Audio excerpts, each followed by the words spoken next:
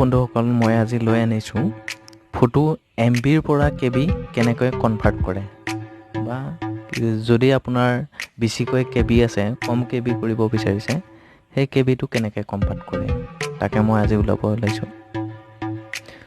যিকোনো online apply কৰোঁতে আপোনাৰ ফটোটো কিছুমান বেছি MB হৈ যায় বেছি KB হৈ যায় সেইটো কনভাৰ্ট কৰিবলৈ হ'লে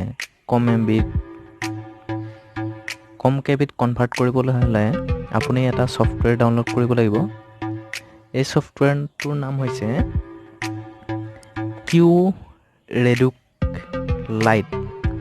এই সফটৱেৰটো ডাউনলোড কৰি ল'ব লাগিব প্লে ষ্টৰৰ পৰা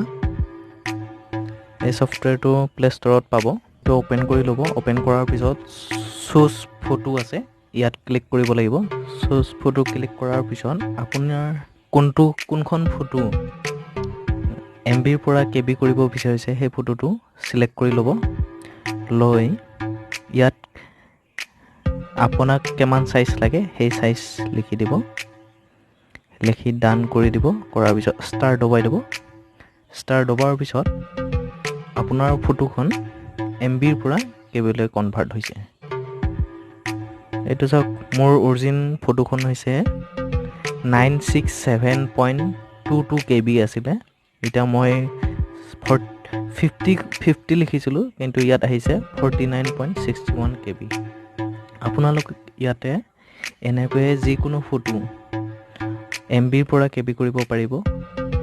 মোবাইলৰ পৰা আপলোড যিকোনো এপ্লাই আপলোড কৰোঁতে এইটোৰ পৰা সমাধান ওলাব পাৰিব যিকোনো ফটো